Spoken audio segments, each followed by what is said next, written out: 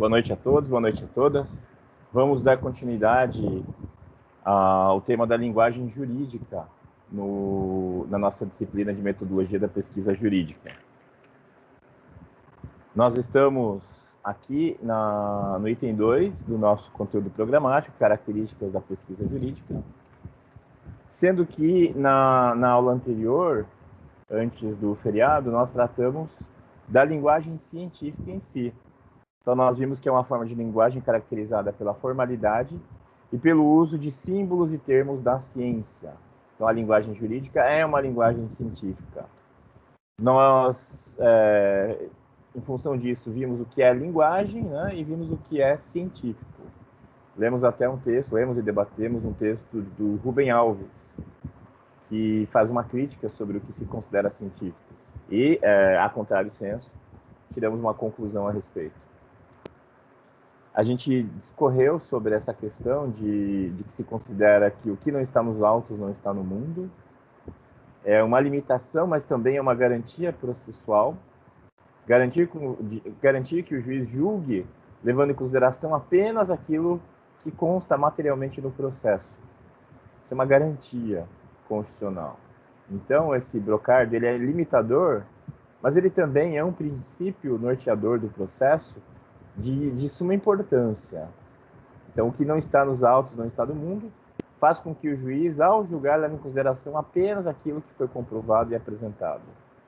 E desconsidere formalmente tudo aquilo que não consta nos autos. Autos, eu não lembro se eu esclareci, é a materialização do processo em si. Então, existem ações individuais, e essas ações individuais, que têm a mesma parte, o mesmo pedido, a mesma causa de pedir, elas se materializam em um documento, em um conjunto de documentos, uma pastinha assim, são chamadas de autos. Hoje, com o processo virtual, a gente não vê tanto a presença dos autos assim, né? Porque hoje em dia é tudo online, tudo por sistema. E ainda é uma relativa novidade. Mas quando a gente fala autos, é o conjunto de documentos que materializam uma determinada ação. Nós vimos também características da linguagem científica: objetividade, impessoalidade, estilo, clareza, concisão, modéstia, cortesia. Aí, nesse caso da linguagem científica em geral, né? E depois, na aula de hoje, nós vamos falar especificamente sobre a linguagem jurídica. Então, naquela aula nós falamos sobre a linguagem científica geral, hoje nós vamos ver isso aplicado ao direito. Ali eu fiquei devendo para vocês um brocardo, uma citação, que eu lembrava de cabeça, mas eu não sabia dizer nem o autor, nem a frase inteira. Fui atrás e encontrei. É do Valdemar Ferreira, o saudoso professor Valdemar Ferreira, Tratado de Direito Comercial. E é essa frase lapidar, ao direito que por margem se faz, marítimo se lhe chama. É uma pérola, né? Agora, não dá para ficar tentando escrever em pérola o tempo todo. Isso atrapalha a argumentação, né? Estou vendo que vocês estão comentando, mas atrapalha a comunicação, a clareza e tudo mais. Ah, não tem nenhum comentário. Ok. Tecnônimos, mencionei, são termos técnicos de uma área do conhecimento. A gente chama isso de tecnonímia. Então, toda a área de do conhecimento tem a sua tecnonímia, os seus tecnônimos, os seus termos técnicos e também o seu jargão. Seja uma área científica, seja uma área prática. Por exemplo, o pessoal de vendas, né? Quem trabalha com vendas, tem o seu jargão. E não é propriamente uma área científica. E exemplos de expressões não técnicas para o direito são, por exemplo, eu fui roubado, quando se quer dizer, na verdade, que foi furtado. Assassinato não é o tipo penal é homicídio, existem tipos penais específicos, né? Mas o tipo genérico é homicídio, não assassinato. Juridicamente não existe essa figura chamada de ONG, organização não governamental. Ela vai ser uma associação, vai ser uma fundação, vai ter alguma das configurações previstas no ordenamento jurídico. Outro termo, esse especialmente me dói no ouvido, é lei internacional. Não existe uma lei internacional. A expressão correta é direito internacional ou normas internacionais. Porque quando você fala lei internacional, fica parecendo que existe uma legislação uniforme que vale para todos os países. Isso não existe, né? nem a previsão de que venha a existir. Eu imagino que seja uma má tradução de international law do inglês. Então a pessoa vê em inglês e traduz literalmente como lei internacional. Isso parece muito em filme, tá? Em inglês tudo bem falar international law, mas em português, na tradução do filme, tem que ser direito internacional. Ou normas internacionais, não lei internacional. Enfim, isso foi a recapitulação. Então, na aula da semana passada, nós falamos da linguagem científica. Hoje, nós vamos falar propriamente da linguagem jurídica, aquelas características aplicadas ao direito, e, a contrário senso, o juridiquês, que é uma forma de linguagem onde nós temos tudo aquilo subvertido. São maus exemplos de uso da linguagem em âmbito jurídico, isso é chamado de juridiquês. É pejorativo mesmo, tá? Então, atributos da linguagem jurídica. Então, nós tínhamos visto como as características desejadas, as características da linguagem científica em si, agora da linguagem jurídica. Nós temos que lembrar que a linguagem jurídica tem um caráter discursivo especial ou profissional. Então, a linguagem jurídica é utilizada por determinadas pessoas em situações específicas devido à necessidade de, no exercício profissional, terem de conceituar fenômenos relacionados ao direito, bem como de estabelecer as suas correspondentes noções, que em regra não têm o mesmo ou não encontram qualquer significado no uso corrente. Então, lembrando que a linguagem jurídica é uma linguagem científica de caráter discursivo e muitas vezes com aplicação profissional. Então, no caso, quando um jurista, um operador do direito, um advogado, quer relatar um caso, ele precisa relatar esse caso com a maior objetividade. Né? Na peça, na petição que será encaminhada ao juiz, ele deve narrar os fatos. Ele deve narrar os fatos. Eu costumo falar, né? Contar uma história triste. Comover o juiz, sensibilizá-lo. É isso que o advogado tem que fazer. Então, ele conta uma história triste, depois ele fala do direito, depois ele faz os pedidos. Essa é a peça, essa é a estrutura de toda a peça processual, de toda a petição. 3 partes: dos fatos, do direito e do pedido. Então, nos fatos, você conta o que aconteceu, narra a história objetivamente para o juiz. Do direito, você trata das normas aplicáveis, faz uma análise jurídica de tudo que se aplica e não se aplica, e explica por que não se aplica. E do pedido, você sintetiza tudo o que quer, né, que o juiz faça. Agende audiência, cite testemunha para se manifestar nos autos, para dar o seu depoimento, ou seja, várias características.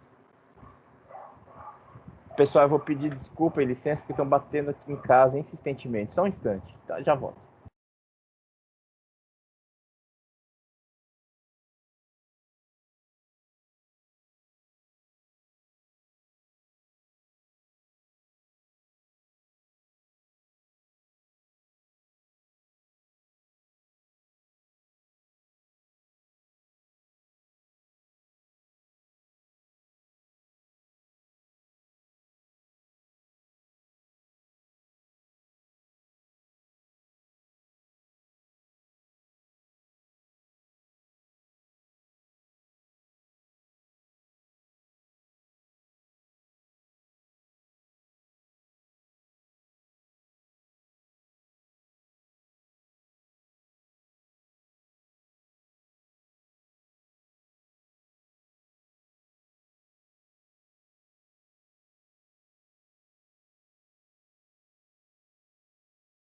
Oi, desculpem. Então, esse caráter discursivo leva com que o profissional tenha que utilizar a linguagem de um modo especial.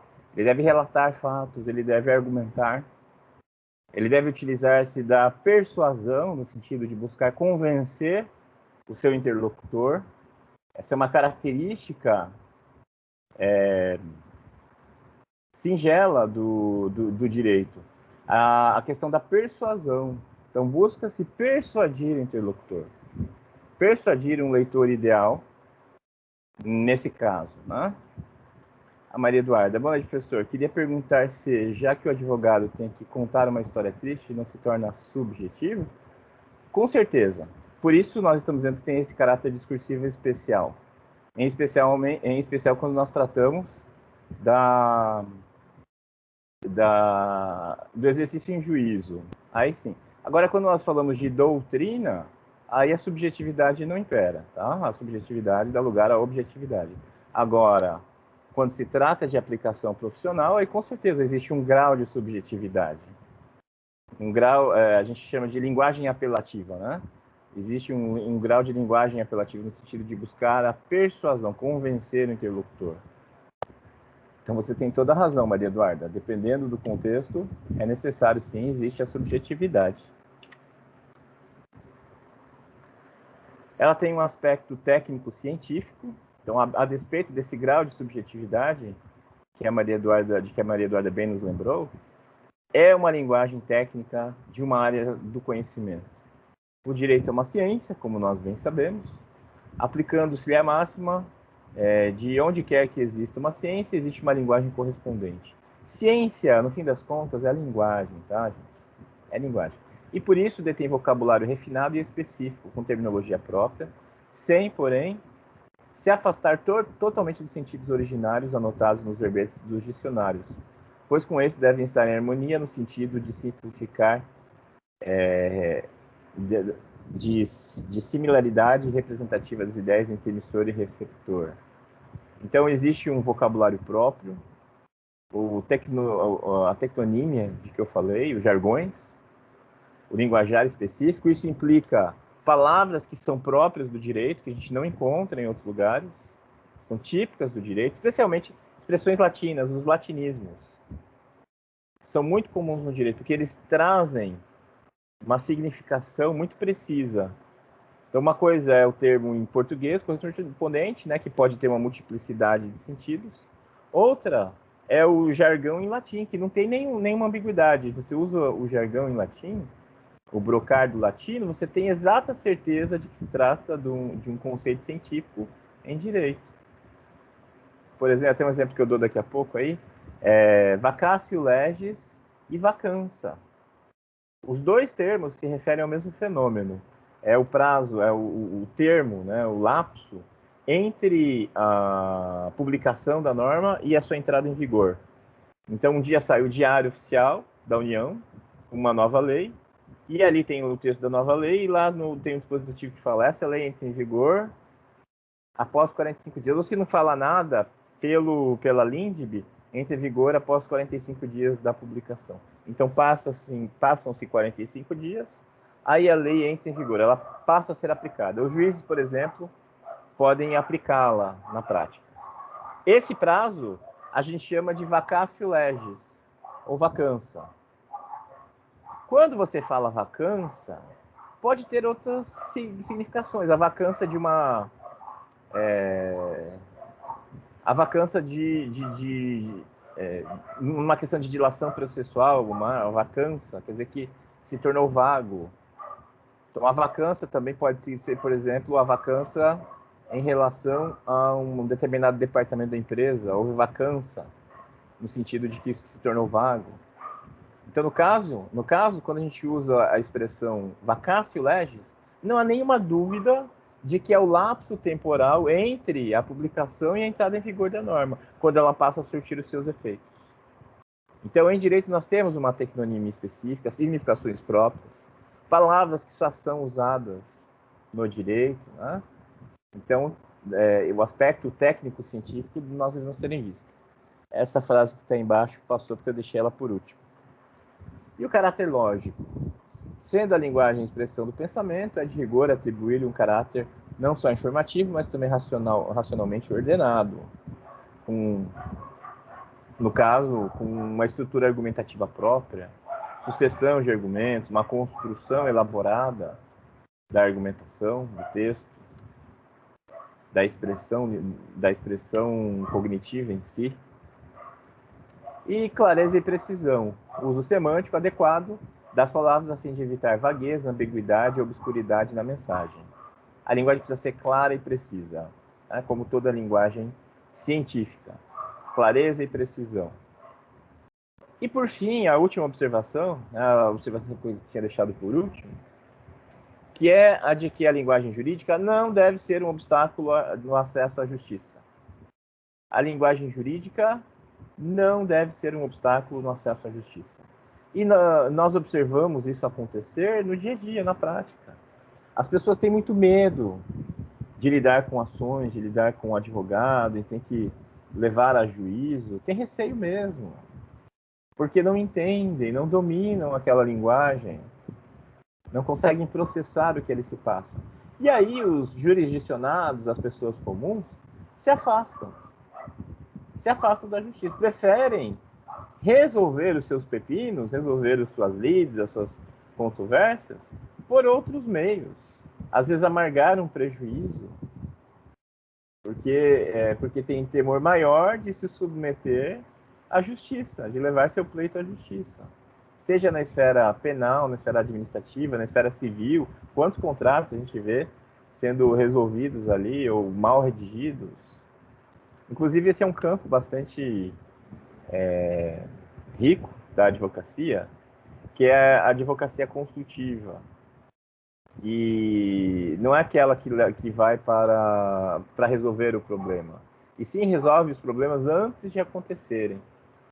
Nós costumamos identificar o advogado como sendo aquele que vai em juízo, né? Ou seja, pede a prestação jurisdicional do Estado, peticionando ao juiz.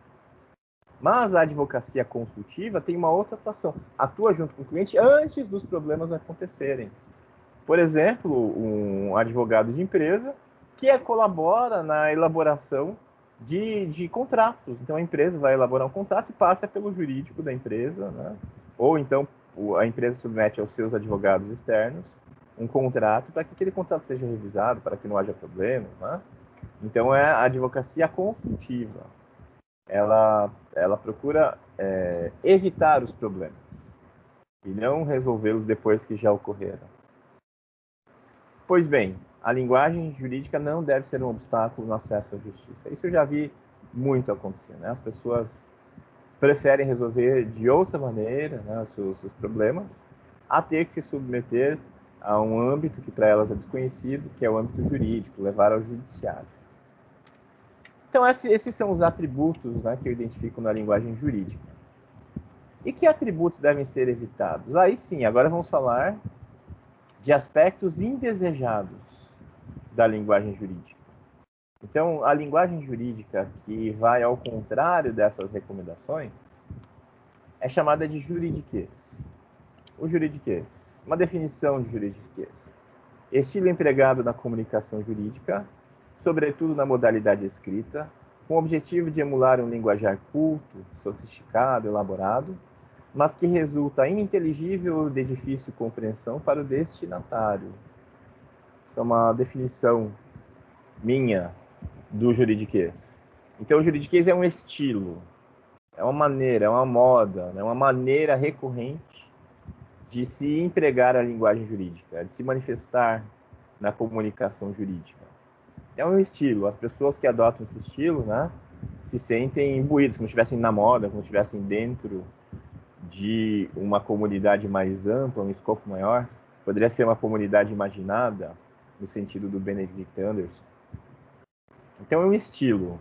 A pessoa adota aquele estilo, conhece, né, teve contato e daí adota aquele estilo, propositadamente. E esse estilo se manifesta, sobretudo, na modalidade escrita. Na modalidade oral, acaba não sendo tão prejudicial, né? Então, ou seja, em falar, que é um pouco mais difícil de compreender. Mas ela é bastante prejudicial quando ela é escrita. Quando a pessoa tem que ler 2, 3, 4 vezes para tentar entender, e às vezes nem isso. Às vezes nem isso é o suficiente. Então, é uma linguagem que é bastante nociva no âmbito escrito. Com o objetivo de emular uma linguagem culta, né, um linguajar culto. Ou seja, a pessoa, quando utiliza o juridiquês, ela acha que está sendo culta, acha que está usando da maneira mais culta o português, está sendo uma pessoa, está fazendo um uso sofisticado da linguagem, elaborado. Mas, na verdade, isso tudo é uma miragem. O que, no fim das contas, se faz é obscurecer a compreensão da mensagem. A mensagem fica de difícil inteligibilidade para o destinatário, para a pessoa a quem se destina aquele texto. Como eu disse, a pessoa tem que ler 2, 3, 4 vezes para decifrar. E não é esse o sentido da linguagem jurídica, da linguagem científica, né? Obscurecer a compreensão. Clareza é um dos critérios. Se você quiser fazer a literatura, o âmbito é outro, não o âmbito jurídico, né? Na literatura você pode utilizar-se de diversos recursos, fazer uma linguagem telegráfica, uma linguagem culta, enfim, esconder a sua mensagem. Você pode fazer o que quiser na literatura. O direito não é um âmbito para exercícios literários, é um âmbito científico, em que há uma necessidade objetiva no uso da linguagem para se alcançar um objetivo. Então, aí algumas características indesejadas do juridiquês. Grandiloquência, logorreia, rebuscamento, obscuridade, circunlóquio. O que é a grandiloquência? É a megalomania, o excesso de adjetivações. Quando você sai adjetivando tudo precisa de uma qualificação. Você adjetiva demais.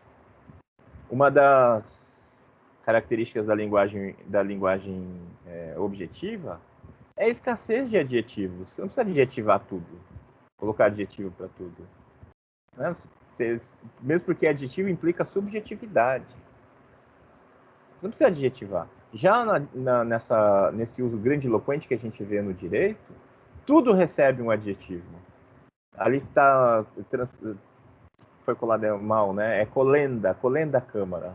A mesma coisa que honrada, né? Honrada câmara. Egrégio tribunal.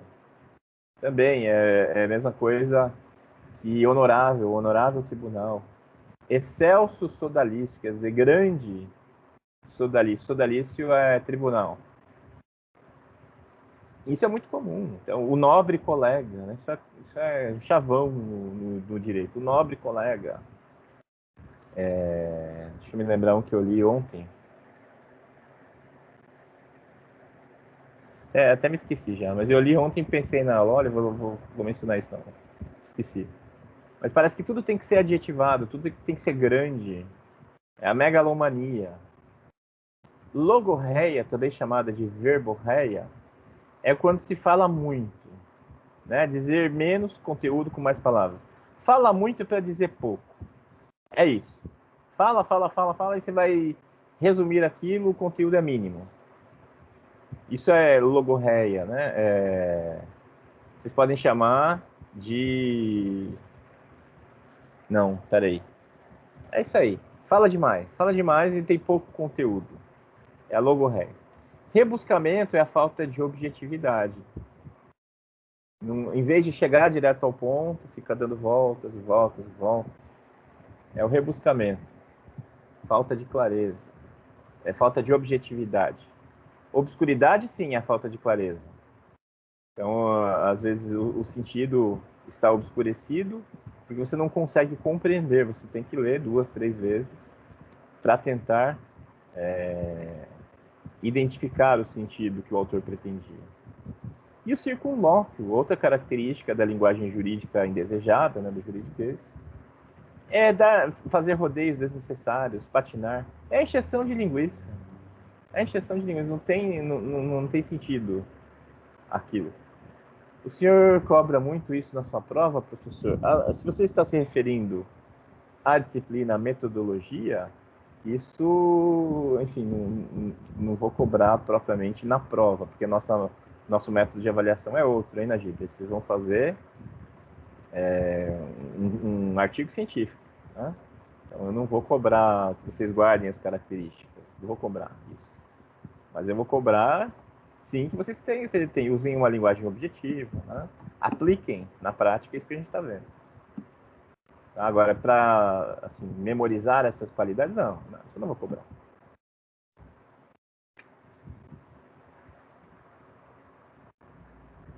Não se deve confundir o juridiquês com o jargão jurídico, que é um emprego legítimo e adequado de termos técnicos da ciência jurídica. Olha aí o exemplo que eu falei, né? Vacatio legis e vacança. Vacância tem uma multiplicidade de sentidos. Já vacatio legis tem um único sentido. E, como eu disse, é o lapso temporal entre a publicação e a entrada em vigor, e a vigência. Então, é um termo jurídico, né, propriamente jurídico. Então, não vamos confundir o juridiquês com o emprego do jargão jurídico. O jargão jurídico não tem nada errado com ele. Não estou dizendo para vocês não usarem, claro que tem que usar. Vocês têm que evitar essa grandiloquência, encheção de linguiça, falar muito e dizer pouco. O que se critica no juridiquês é o obstáculo criado para a comunicação. E por isso deve ser evitado na redação do trabalho científico jurídico. Eu não estou criticando aqui o jargão, o uso do jargão técnico, da terminologia própria do direito da ciência jurídica. Não, isso eu não estou. Estou dizendo que a linguagem deve ser clara, tá? O domínio da linguagem é essencial na área jurídica. Não se deve ser coloquial nem culto em excesso. Qualquer excesso é prejudicial. Qualquer excesso é prejudicial, ou muito culto, ou muito coloquial. Como nos ensina o Aristóteles, é o caminho do meio. Quando você tem... pera, isso a gente viu no sábado, né? Lá em Ciência Política. Vamos retomar isso. Para o Aristóteles, quando você quer identificar o bom comportamento, você tente identificar o comportamento de excesso e o comportamento de falta. A virtude seria o caminho do meio, seria a metade. Então, o que estou dizendo é, nem culto em excesso, nem coloquial. Né? Nem culto, nem muito culto, nem muito coloquial. Encontrar um meio termo entre os dois. A mediania, como diz o Aristóteles. Aí eu recomendo a leitura de um artigo abaixo, Juridiquês, Jerry Lima, um texto de 2011. Só que eu mudei de ideia. Em vez de deixar um tempo para vocês lerem e depois a gente debater, eu quero fazer a leitura agora com vocês. Vamos ler juntos e interpretar, tá? Eu separei aí em 9 slides, então preciso de voluntários. Vou contar com vocês. Abrir o microfone e ler para a gente. Então, alguém lê e daí eu comento, né? Depois alguém lê, eu comento. Vamos adotar esse esqueminha, então?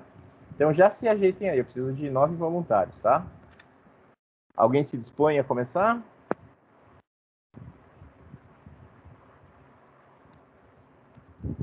Por favor, Najib.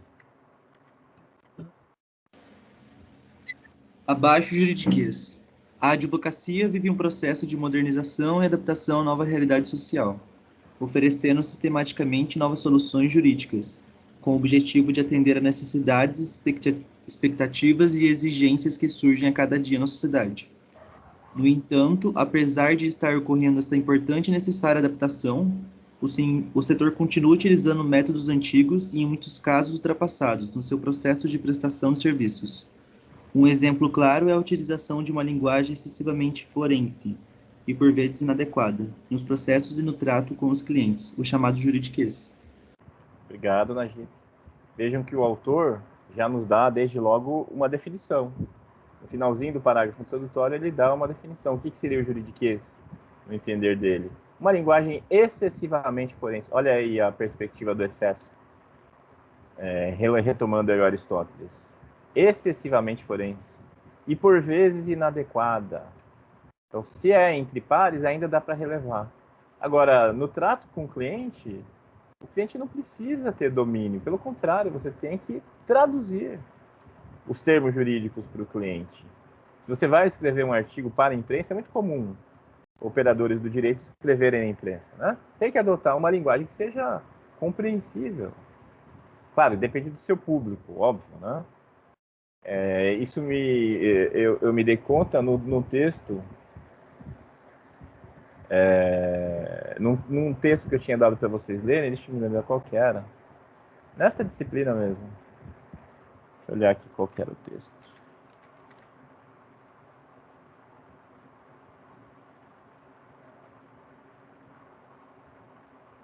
Enfim, que era um texto que eu tinha dado um tempo. Depois eu vi que enquanto eu dei o tempo, fui ver e eu pensei, esse texto é muito denso. Aí eu aumentei o tempo. Era um do Lênio, não era, professor? Era do Lênio Streck, só que eu não lembro o nome do artigo. Mas enfim, Era esse, daí, por quê? Porque é um texto com um linguajar jurídico de alta densidade, mas o Lênio Streck ali escrevia para os pares. Ele não estava popularizando o saber jurídico, ele estava escrevendo para os pares. Então tem essa justificação. Né? Então, se você vai escrever para o público amplo de um jornal de grande circulação, você tem que adotar uma linguagem adequada. Se você vai escrever para o cliente, você tem que se adaptar também. Você não vai se comunicar com o cliente do jeito que você se comunicaria com um juiz ou um outro colega advogado. Tem que se adaptar. É preciso ser poliglota no nosso idioma. Ou seja, saber utilizar o idioma de diversas maneiras dentro dos diferentes âmbitos de comunicação, dentro das diferentes situações comunicacionais. Temos que ser poliglotas no nosso idioma. Então, o Ari Lima já dá a entender aí, né? Que esse linguajar às vezes é ultrapassado, é um método antigo que não se coaduna mais com os novos tempos. Deixa eu mudar a página. Alguém continua, por gentileza? Eu posso continuar, professor. Por favor. A comunicação escrita é a principal ferramenta de trabalho dos advogados e deve ser utilizada de maneira clara e convincente. É fato que toda atividade profissional possui uma linguagem própria do setor, desenvolvida para auxiliar a comunicação entre os pares. Médicos, engenheiros, empresários e policiais têm em sua comunicação particular palavras, expressões e jargões desconhecidos dos leigos, mas que são importantes no contexto interno de cada área, para melhor expressar as ideias. Na advocacia não poderia ser diferente. Por isso, palavras como doutrina, jurisprudência, contencioso, liminar e até expressões em latim como habeas corpus, ad hoc e modus operandi são necessárias no contexto dos processos judiciais. No entanto, além dessas palavras e expressões já consagradas ao longo do tempo, muitos advogados recheiam seus textos com termos que vão além da necessidade de comunicar uma ideia específica, gerando peças jurídicas que são verdadeiros desafios para os que precisam entender o exato teor dos argumentos, escritos ou orais, apresentados. Obrigado, Paulo. Antes de eu comentar, vocês me ouvem bem? Aqui eu estou sem o meu microfone hoje. Estou usando o microfone do fone de ouvido. Ouvimos sim, professor. Quer dizer, Bom, eu ouço bem. você ouve bem, tá bom. Eu tinha, sei lá, um microfoninho que era muito bom, só que ele parou de funcionar ontem, aí eu estou usando esse outro e eu não sei a qualidade dele. Mas se o Paulo está ouvindo, acho que vocês todos estão. Muito bem, então o autor do texto, dá para ouvir? Ah, que bom, Milé. Ele fala que a comunicação escrita é a principal ferramenta de trabalho dos advogados. É verdade. A comunicação escrita, a comunicação oral é usada também, claro. Na audiência, perante o juiz, no motivo de testemunha, claro que se vai falar. A advocacia também não é só em juízo, não é só perante o juiz. Às vezes é a negociação com uma outra parte, a negociação, você auxilia o seu cliente a negociar um contrato com a outra parte. Às vezes você auxilia o seu cliente que está na delegacia, dando apoio a ele, defendendo ele perante a instrução feita pelo delegado. Então, sim, existe uma atuação oral, verbal, sim. Mas o principal instrumento, como ele diz aí, e eu concordo com ele, é a palavra escrita. É a palavra escrita. Então, outras maneiras, né? Outras formas de atuação são secundárias. O instrumento por excelência é a palavra escrita. Aí o autor nos lembra que todas as áreas têm uma comunicação específica, os jargões de que nós falávamos há pouco. Então, médicos, engenheiros, empresários e policiais têm palavras em sua comunicação particular. Palavras, expressões, jargões que são desconhecidos por quem é de fora. Então, os policiais usam um linguajar entre si que eles entendem. Quem é de fora tem dificuldade. Médicos, idem, engenheiros também. E os advogados? Não seria diferente para os advogados também. Temos palavras que são próprias e são de fato por quem é da área. E o autor cita doutrina, jurisprudência, contencioso. Deixa eu mensurar um pouquinho o conhecimento de vocês nesse momento. O que é doutrina, gente? Alguém tem uma definição de doutrina? Seria um conjunto de estudos sobre determinado tema, professor? Boa definição. Conjunto de estudos, de reflexões teóricas, feitas por juristas, por pensadores do fenômeno jurídico. Muito bem. O que é jurisprudência, turma? Podem digitar também, né, se quiserem, enfim. A essa altura, o que é jurisprudência? São as interpretações mais comuns? Daniele, são as interpretações mais comuns feitas por quem? Pelos juristas. Pelos juízes, Daniele. Para ser jurisprudência, tem que ter o caráter de prestação jurisdicional, tem que ser a emanação de uma decisão por parte de um juiz. E quando nós temos uma certa uniformização de entendimento por vários juízes, se diz que está conformada a jurisprudência. É diferente do sistema anglo-saxônico. Lá basta uma decisão. Um juiz decide pela primeira vez sobre um assunto, aquela decisão vira precedente e vai vincular todos os juízes posteriores que têm que decidir da mesma maneira. No nosso sistema romano-germânico, ou de civil law também chamado, é preciso que vários juízes, várias decisões judiciais estabeleçam uma interpretação relativamente uniforme para considerarmos que se conformou uma jurisprudência, tá? Então, sim, Daniele, interpretação, mas a interpretação dos juízes. Contencioso. O que é contencioso, gente?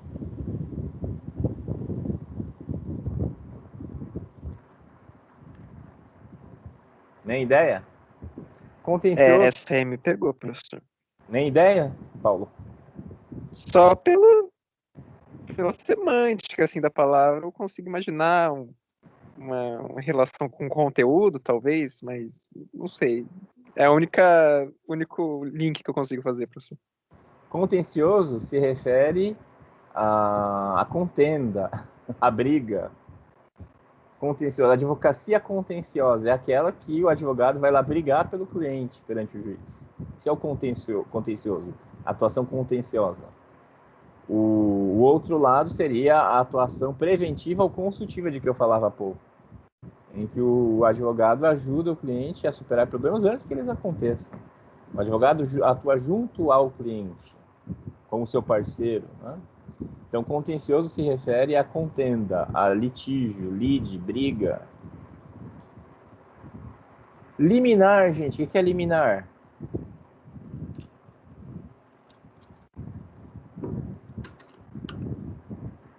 O que seria uma liminar? Isso. Processo jurídico. Um processo jurídico? Eu Não diria exatamente um processo no sentido de, eu vou processar você, mais alguma ação dentro da justiça, né, do judiciário, quando você provoca uma ação dentro do judiciário. Agora melhorou, Ives. Melhorou. Eu acho que liminar é tipo uma decisão do juiz quando você pede com tutela de urgência, antecedência, alguma coisa. Estamos melhorando bastante, Bruna. É por aí mesmo. Então, a liminar é uma decisão do juiz que não é definitiva ainda. A decisão definitiva do juiz a gente chama de sentença. Uma decisão liminar é uma decisão ainda não definitiva, mas que o juiz determina a realização de algo. É liminar, então não é preciso de uma tutela de urgência, como a Bruna lembrou. O juiz vai proferir uma liminar, uma decisão liminar, mandando fazer ou deixar de fazer algo antes de ele dar a decisão final. Pois não, quem chamou? Professor, desculpa, eu tinha confundido com litígio, que é em si um processo dentro do judiciário, não uma liminar, perdão. Imagina, mas estava no contexto. Professor, pois não, pode falar. Declaração de prisão provisória é uma liminar? Uma declaração de prisão provisória. Uma boa pergunta. Isso é uma questão lá do direito processual penal. Geralmente a gente chama de liminar uma decisão que antecipa uma tutela que o jurisdicionado, né, está solicitando. Ele solicita ao juiz a prestação jurisdicional, e o juiz antecipa mediante uma liminar. No caso, uma determinação de prisão seria uma decisão liminar? É uma boa pergunta, eu não sei te responder não. Estou puxando aqui de cabeça. Mesmo porque processo penal não é minha praia. Vou ficar te devendo essa. Professor. Diga.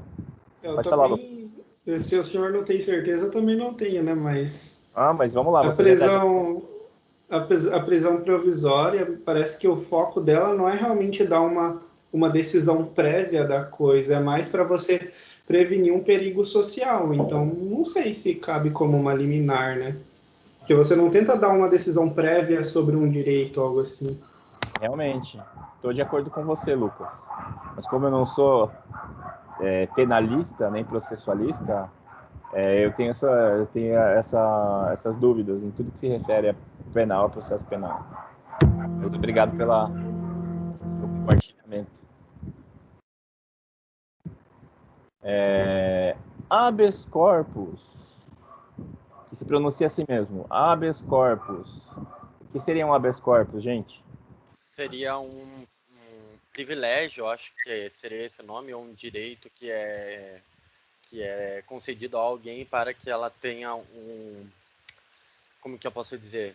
Não é uma anistia, mas tipo uma possível, uma revisão do processo em si.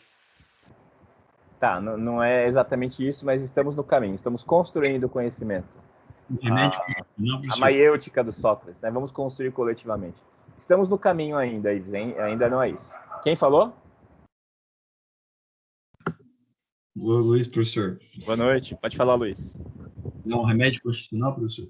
É um remédio constitucional, é um writ, um remédio constitucional que visa proteger um determinado direito. Que direito que é protegido pelo habeas corpus? Direito à liberdade, ir e vir. Isso aí, Robson, isso aí, Luiz. Direito à liberdade, direito de ir e vir. Toda pessoa. Oi, pois não, pode falar. Você sabe me dizendo que é baseado no que o juiz se baseia para dar ou não habeas corpus? Claro, no princípio constitucional da liberdade, o direito de ir e vir.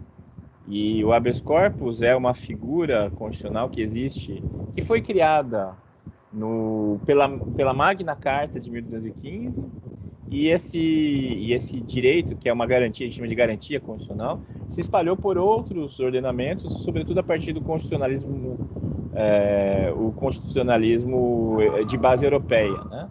Então se espalhou para várias constituições, e a nossa Constituição ampara e prevê o habeas corpus no artigo 5º, se não me engano, inciso 68, é 67 ou 68. Então, a base é constitucional, tá, Aline? Sim, só que, assim, a minha dúvida é por que alguns têm direito, alguns cedem e em outros casos não, entende? Só isso é a dúvida. Tá, porque o habeas corpus, ele é aplicável quando o direito de ir e vir está sendo violado. Então, é um remédio que é destinado ao paciente, a gente chama de paciente, o beneficiário do habeas corpus, quando o paciente tem o seu direito de liberdade obstado ilegalmente. Então, por exemplo, vamos pensar no caso lá daquele deputado Daniel Silveira, né? Ele teve a prisão decretada pelo Supremo, o Supremo entendeu que ele estava em flagrante, porque era crime, como que é? Crime permanente. Crime permanente. Essa é uma compreensão, esse é um entendimento, essa é uma perspectiva do crime. Mas pode-se sustentar que não era crime permanente. E aí, alegando-se a violação, poder-se-ia pedir aí o habeas corpus, dizendo que não era crime flagrante. Citar o STF é complicado, tá? Porque não tem instância acima do STF.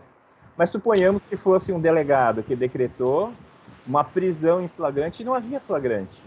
O que você vai pedir? Você vai pedir um habeas corpus contra o ato do delegado. O delegado está cometendo uma infração ao decretar a prisão em flagrante. Pode falar, Aline. Tá, então quando o réu, no caso, o acusado, é preso em flagrante, ele não tem direito ao habeas corpus, é isso? Ou não? Claro que tem. A gente, como advogado, tem que defender que tem.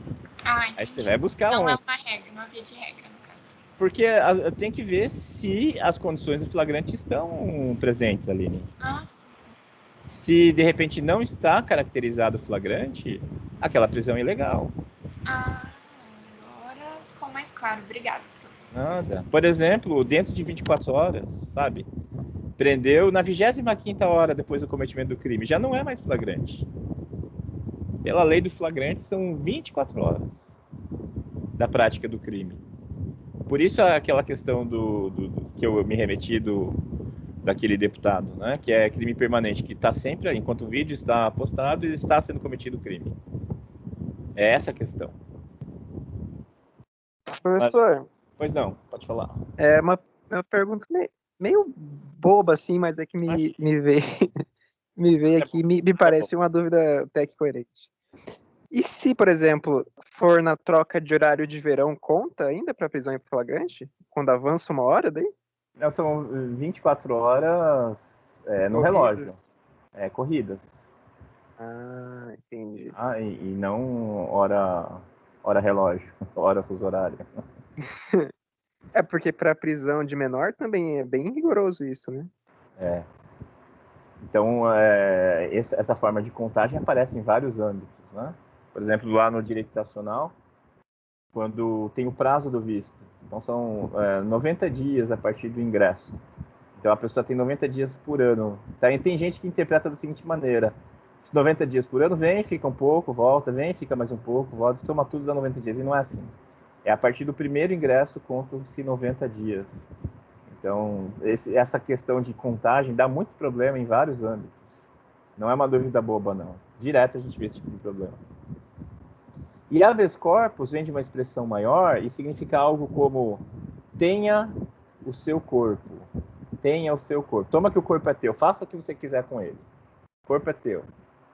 Tá? E a origem do habeas corpus, Ives, está na Magna Carta de 1215, que prevê justamente a liberdade, uma ação para garantir a liberdade. No caso, é dos nobres, né? Mas dali se difundiu mais tarde para toda a população do país e esse mecanismo se espalhou para outros ordenamentos jurídicos. O Paulo, foi o Paulo que leu agora, né? Teve um problema na pronúncia da próxima expressão. Alguém sabe a pronúncia da próxima expressão? Pronuncia-se ad hoc, tá? Você ignora o H. Não fica um H, um O aspirado. É ad hoc mesmo.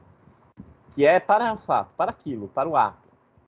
Uma procuração ad hoc é uma procuração para um ato específico e mais nada. Fez aquilo, acabou. Procuração ad hoc. Modus operandi é o modo como opera, a forma de agir do agente. Então, qual foi o modus operandi do criminoso? Aí ele entrou no lugar, ele rendeu os presentes, ele recolheu os pertences. Esse foi o modus operandi, o modo de operar, né? O modo como age. Enfim, esses termos são essenciais, não tem como atuar no direito sem fazer uso deles. São uma praxis, né? O problema, o Ari Lima nos alerta, né, é que além dessas expressões, muitos recheiam os textos com termos que vão além da necessidade de comunicar a ideia, gerando peças que são verdadeiros desafios para os que precisam entender o exato teor dos argumentos. Prosseguindo, alguém lê para a gente essa parte? Posso ler, professor? Por favor. Dá para eu escutar bem? Tá Sim, perfeitamente. Beleza. Então. Assim, encontramos diversas peças jurídicas com expressões como exordial, acusatória, consorte, superstite e excelso sodalício. É bem difícil mesmo. Para denominar, respectivamente, os termos denúncia, viúvo e Supremo Tribunal Federal, como exemplifica o professor Virgílio de Matos, da Escola Superior Dom Helder Câmara, em matéria pública da revista Visão Jurídica. Quando o advogado pergunta: você já perlustrou os autos, ele está utilizando uma linguagem arcaica. Seria mais adequado se ele fizesse a pergunta usando a expressão: você já leu o processo? Por que nossa linguagem comum, tão comum e tão difícil, torna-se obscura e inteligível quando empregada nos contratos e nos testamentos? Montaigne. Ok, obrigado. Você, em vez de fácil, você leu difícil. Mas tudo bem. Por que nossa linguagem comum, tão cômoda e tão fácil, torna-se obscura e ininteligível quando empregada nos contratos e nos testamentos? Questiona o escritor francês do século XVIII, Montaigne.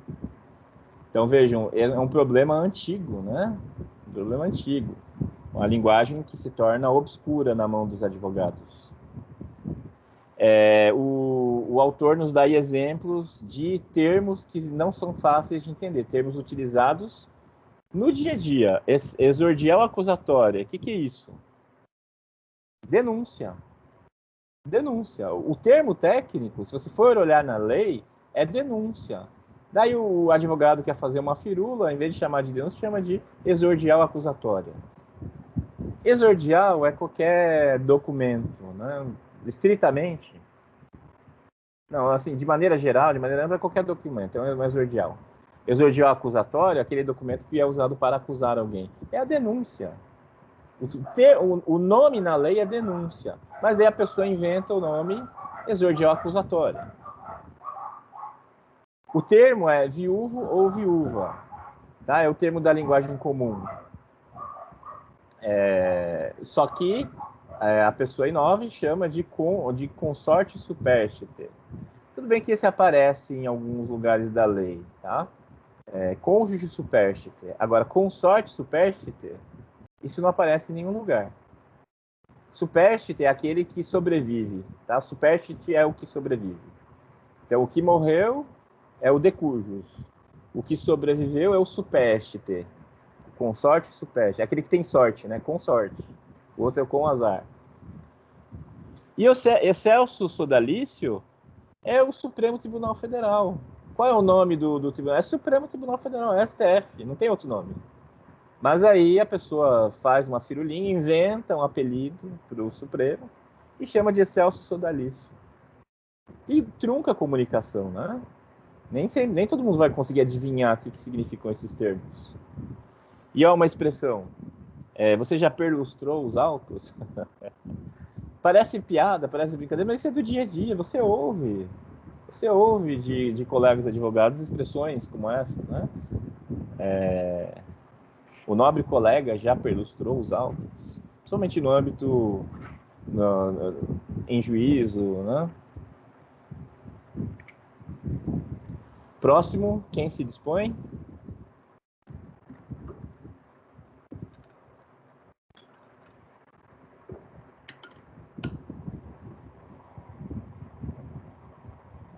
Posso ler, professora? Opa, por favor.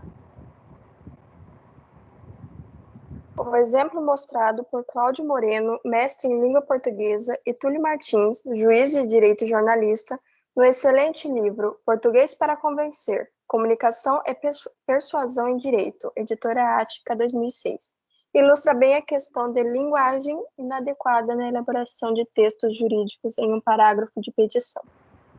Destarte, como coroamento desta peça-ovo, emerge a premente necessidade de jurisdição fulminante, aqui suplicada a Vossa Excelência, como visto nas razões, suso expostas com pueril singeleza ao alvedrio da lei e com a repulsa do direito, o energúmeno passou a solitariamente cavalgar a lei, esse animal que desconhece, cometendo toda sorte de maldades contra a propriedade, desde que vem às barras do tribunal. Conspurcou a boa água e lançou ao léu os referidos mamíferos. Os cânones civis pavimentam a pretensão sumária, estribada no livro das coisas, na Magna Carta, na boa doutrina e nos melhores arestos deste sodalício. Arestos desse sodalício. urge sejam vivificados os direitos fundamentais do ordenamento jurídico, spec do petitório que aqui se encerra. O apossamento solerte e belicoso deve ser sepultado ab initio inaudita altera parte, como corolário da mais lidima justiça. Meu Deus. Obrigado, Ana Beatriz. Sua expressão final foi bem eloquente. Mas o que você entendeu, Ana Beatriz, do que você acabou de ler nesse parágrafo? A única coisa que eu consegui extrair é que alguém fez algo de errado e está sendo julgado. Só isso. Só isso. Muito bem. Muito bem. Assim, é incompreensível. Chega a ser cômico. De tanto que parece que tenta esconder a mensagem. A impressão que dá é que a pessoa fica procurando no dicionário sinônimos, né, para não usar palavras do dia a dia. E olha que tem gente que faz isso, tá, gente? Eu já conheci de tudo. A Pamela entendeu que nada entendeu. Muito bem. Tá difícil Parece mesmo. um texto parnasiano, professor. Quem dera fosse parnasiano, que pelo menos a gente podia analisar os decassílabos, né, as sílabas tônicas. Aqui nem isso. Vamos tentar traduzi-la parte a parte. Destarte, desse modo, como coroamento, como fecho desta peça-ovo. O que é peça-ovo? É um apelido para a petição inicial. Quando você vai se manifestar, você vai solicitar a prestação jurídica.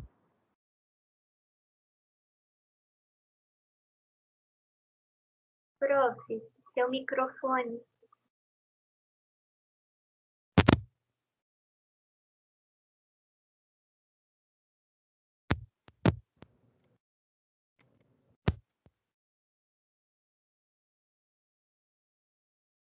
Não tá dando pra ouvir ainda.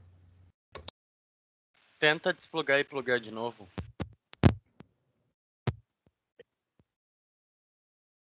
Ainda não. Ainda não. Prof, se o seu microfone tem um botão e você apertou ele, a gente não vai te ouvir, talvez se você apertar de novo, porque o meu é assim. No microfone mesmo tem um botãozinho. Ah, não, então acho que não deu certo, não. Ainda nada. Nada. Tenta só girar o plug, então. Às vezes é mau contato. Que a gente ouve alguma coisa assim.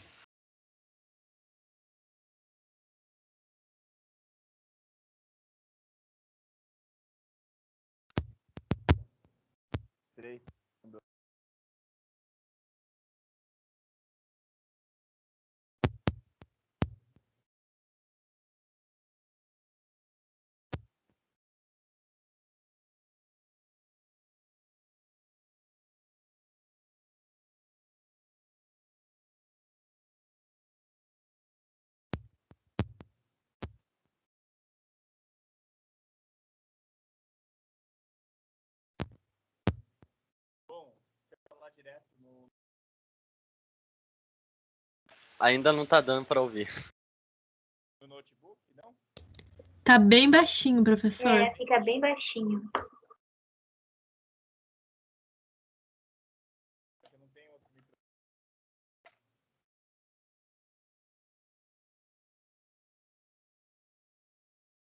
Se eu falar bem perto assim, vocês me ouvem? Bem baixinho. Vou tentar mais um pouco. Não é possível. O fone de ouvido estava funcionando.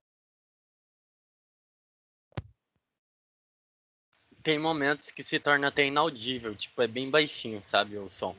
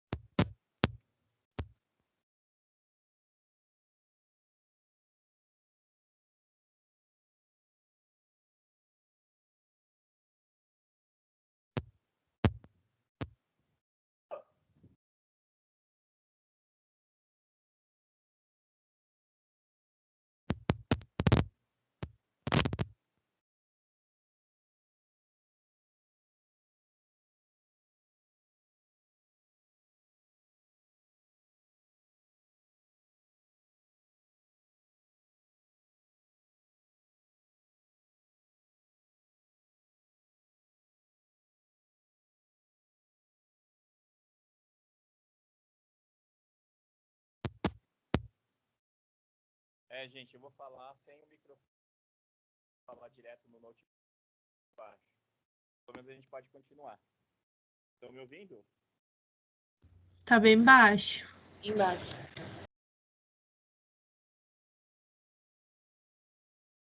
Enfim, a peça ovo, turma, é, no caso, a petição inicial. O nome técnico é petição inicial, é o seu pedido.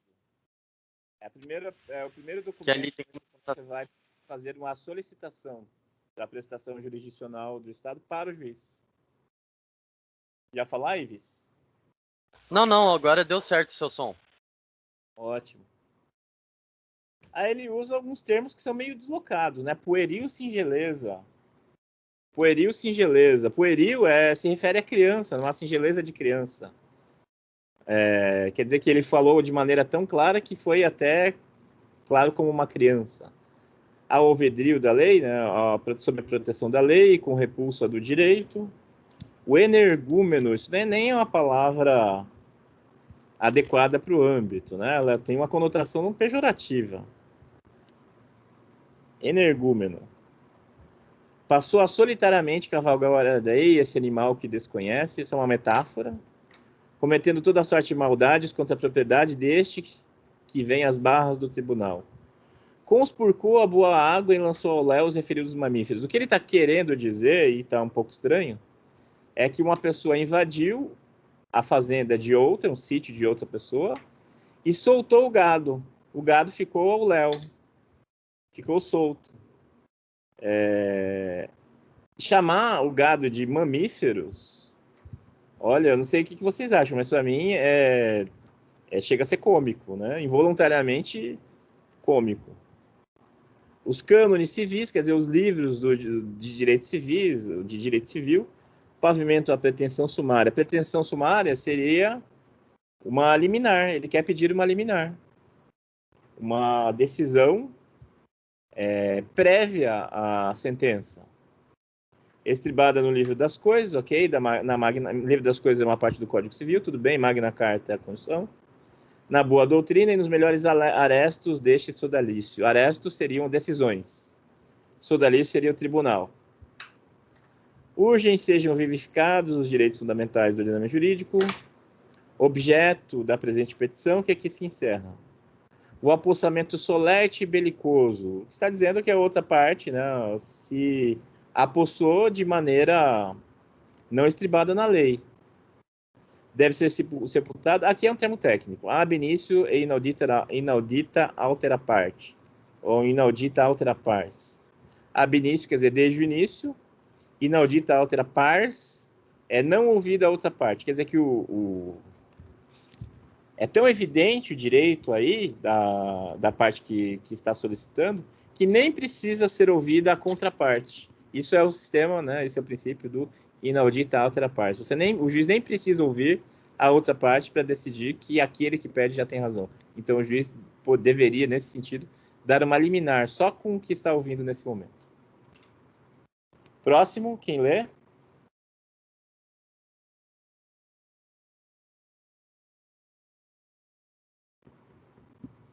Vamos lá?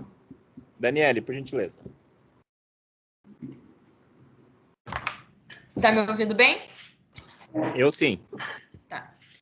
Por mais estranho e até de certa forma cômico que possa parecer o texto apresentado, ainda hoje é possível encontrar esse tipo de redação dos processos judiciais. Acreditam os autores estar praticando uma comunicação escrita de alto nível, quando na verdade estão produzindo textos confusos que deixam tanto o direito quanto os fatos em segundo plano. Segundo Moreno e Martins, no exemplo citado, o advogado explica os fatos e justifica a necessidade de obter jurisdição de urgência para defender um proprietário que move ação contra um vizinho que invadiu uma parte de seu terreno, onde existe um córrego com água potável e um abrigo para vacas leiteiras. Pede liminarmente a reintegração da posse, dizendo que houve violência e que a invasão se deu clandestinamente, e que isso está lhe trazendo crescentes prejuízos. Obrigado. Bom, agora ficou claro, né, o que a parte queria pedir na petição. Necessidade de jurisdição de urgência, para defender o proprietário que move ação contra um vizinho que invadiu uma parte do seu terreno. E ali existia um código com água potável e um abrigo para as vacas leiteiras. Então, o pedido é de reintegração de posse. Simples assim. Quem lê o próximo?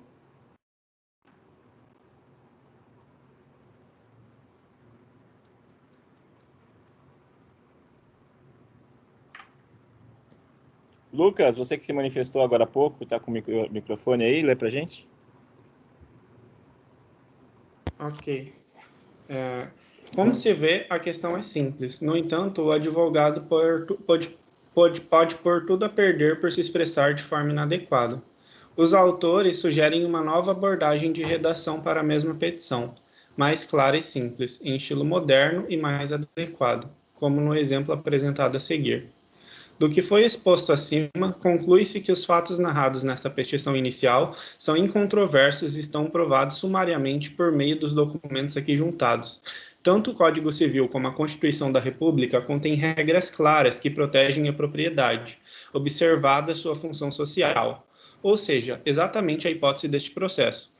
Como nos ensina a melhor doutrina e a jurisprudência, o pedido em exame contém todos os elementos que determinam a concessão imediata da reintegração de posse. Há interesse econômico, os fatos estão provados e o direito do autor é indiscutível. A água potável existente no local está sendo poluída e as vacas leiteiras ficaram ao desabrigo, pelo que os prejuízos são evidentes. Assim, pede concessão da liminar, por medida de direito e de justiça. Contrastem esse parágrafo com aquele. Assim, esse é de uma clareza ímpar, né? Você lê uma vez e não precisa ler outra. Você já entendeu tudo que se fala. A outra lá tem um monte de termos inadequados e, além de tudo, parece que a pessoa tenta disfarçar o entendimento. Parece que ela faz de tudo para que não se entenda na primeira leitura. E vejam, gente, não pensem que esse exemplo aí, ele é um pouco cômico e tal, ele é exceção à regra. Não é isso, não. A gente encontra muito isso. Muitos textos assim, muitos mesmo, no dia a dia. Né? Às vezes passagens, assim, não um texto inteiro, mas tem passagens como esse parágrafo que você consegue desentranhar de texto que você não consegue entender numa primeira leitura. Alguém lê o próximo?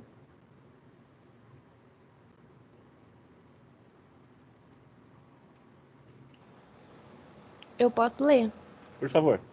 O exemplo citado demonstra que toda peça jurídica pode e deve ser escrita de forma a ser compreendida não apenas pelos operadores do direito envolvidos no processo, mas também pelas partes, ou seja, pelos clientes dos respectivos advogados.